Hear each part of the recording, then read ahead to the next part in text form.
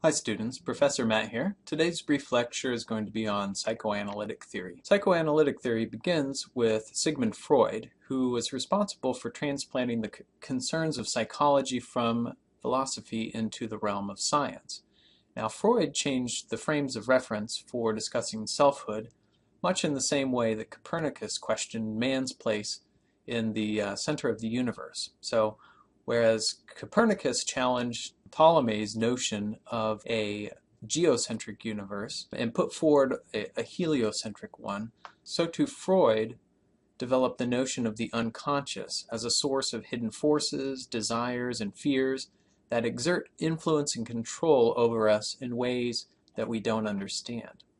Of course, many know Freud from his work concerning the id, the ego, and the superego, where the id is responsible for the uncontrolled desires or forces that we would wish to exert over the world. The superego is that as stifling the id, so it's sort of the rules or the social norms and behaviors that we learn primarily through our parents or caregivers as we're young, ways that we have to repress our desires.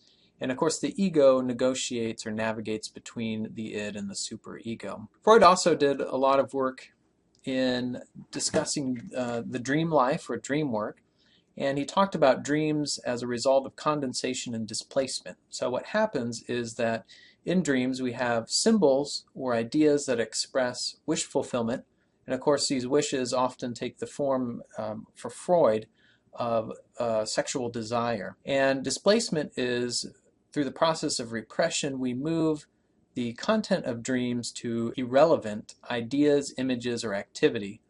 It is the work then of the psychoanalyst to interpret what these ideas might mean. Freud also expressed the notion of the death wish, saying that the aim of all life is death. But of course this death should come on its own terms at the right time and in the right way, without the interruption of any internal or external trauma. Freud also discussed the pleasure principle and the tension between the sex and death drives, the eros and thanatos. And these are two contradictory drives, at least so that appear contradictory on the purpose. So on the one hand, we have eros, which is the idea of love, of connection, of living, and then we have thanatos, which is the idea of death. So the chief aim of human existence, according to Freud, was to reconcile these two contradictory drives. And the purpose of both would be to reduce excitation or to annul desire. So that might be one way that we could reconcile those drives. Freud also did work on the notion of the uncanny. And the Freudian notion of the uncanny is a sort of familiarity within the unfamiliar.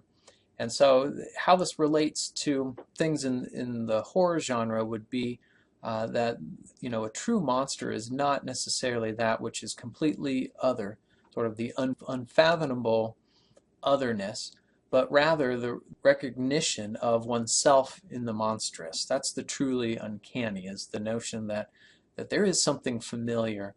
There's something of the self in the monstrous. Freud also did work on the idea of the return of the repressed. So the idea is that we repress all these desires, these wish fulfillments that we have, but they come back to us in unexpected ways. Of course, this is the job of the psychoanalytic, to help the patient interpret what this is. Oftentimes, patients who have undergone trauma will repeat this trauma either through dreams, and so the repetition of the trauma is an attempt to try to master it through its repetition. Freud made insightful observations, but tended to overgeneralize his conclusions. And so strictly speaking, no one really practices Freudian psychoanalysis anymore, but he still remains a significant and important figure in the historical development of the discipline. The next key figure in psychoanalytic theory is Jacque Lacan. And Lacan built off of Freud's writings and further expounded on those. Lacan is very famous for his triptych of the imaginary, the symbolic, and the real.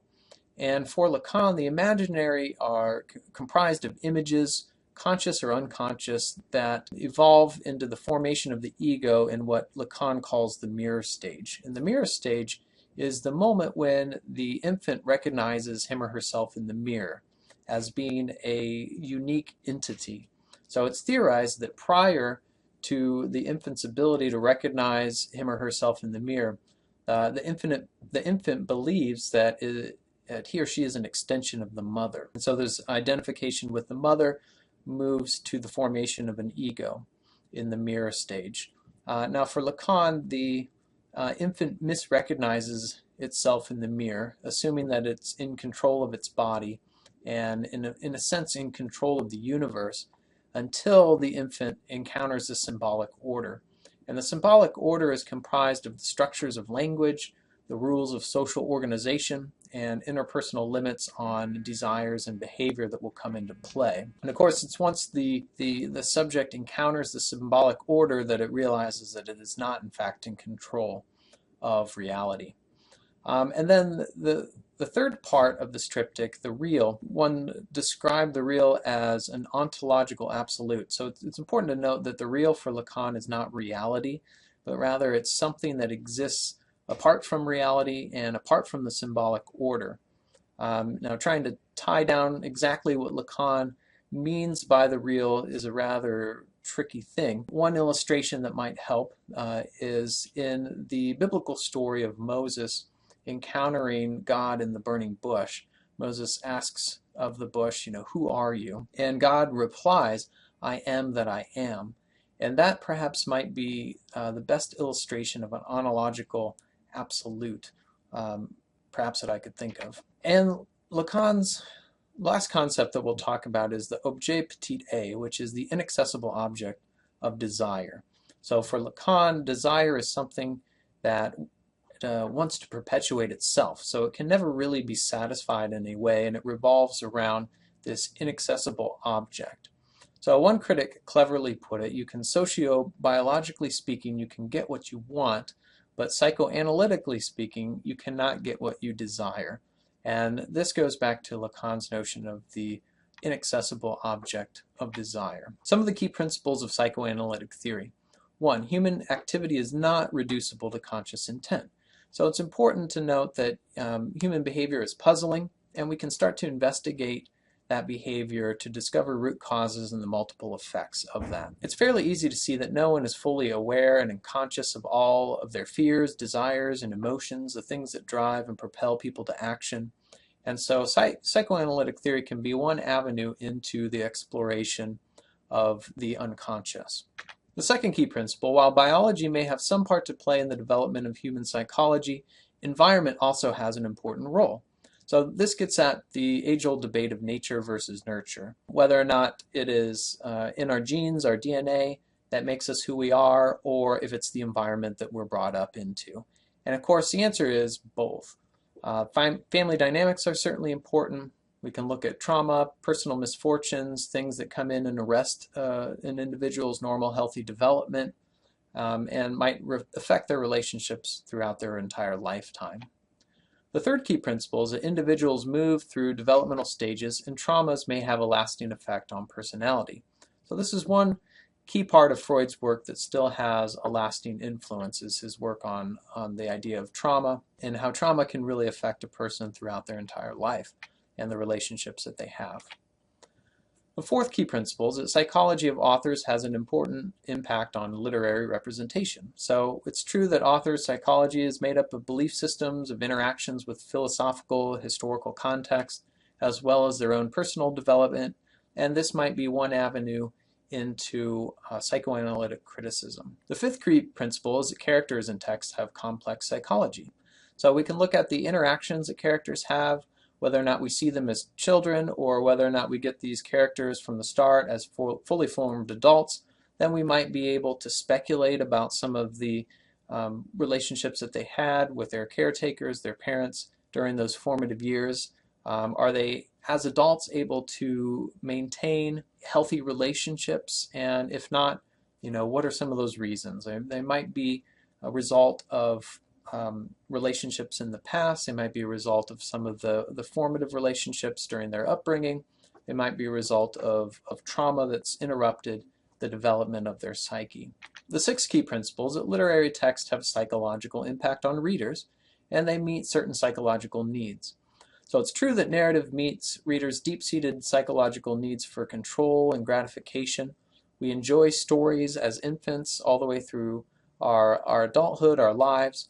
There's something really satisfying about a structured plot that introduces some element of conflict, that complicates things, that rises in intensity to a climax, and then a denouement where there's some sort of resolution to that climax. We enjoy seeing villains get punished, and this might in turn help assuage the helplessness that we feel maybe in a chaotic or threatening world. And certainly we can trace this throughout the history of detective fiction. We can see the rise of detective fiction in a time of an intense urbanization where we have crime and corruption, we have poverty, we have the organization of police forces. And of course this genre helps give us a sense that yes, good will triumph over evil. The detective, the police force will root out causes of crime, they will find and apprehend criminals, etc. You can also see how important the romance genre has been throughout its history in the formation and maintenance of women's inner life. And of course science fiction is a way of dealing with the development of technology and the role that humans play in the future, and societies that are built around utopian or dystopian notions, etc. The seventh key principle is that literary and cultural critic, like the psychoanalyst, must be careful not to impose meaning on the text. And so this is an advocation for as new critical or formalist way of close reading of the text. So you have to go back to the text and be able to pull out examples and support from the text to prove your ideas. So putting theory into practice, one easy way to apply psychoanalytic theory would be to start to analyze the psychology of characters. Think about their goals, their fears, their desires, their dreams, their relationships. Are they able to maintain healthy adult relationships? What were the relationships like with their parents? How has that affected them throughout their life? Have they experienced any traumas that has maybe perhaps arrested their personal development? What are their family dynamics like? We can think about the tension between nature and nurture. What kind of person are they? How have they been influenced by their family and their environment, by the nature of who they are? This is Professor Matt signing off until next time.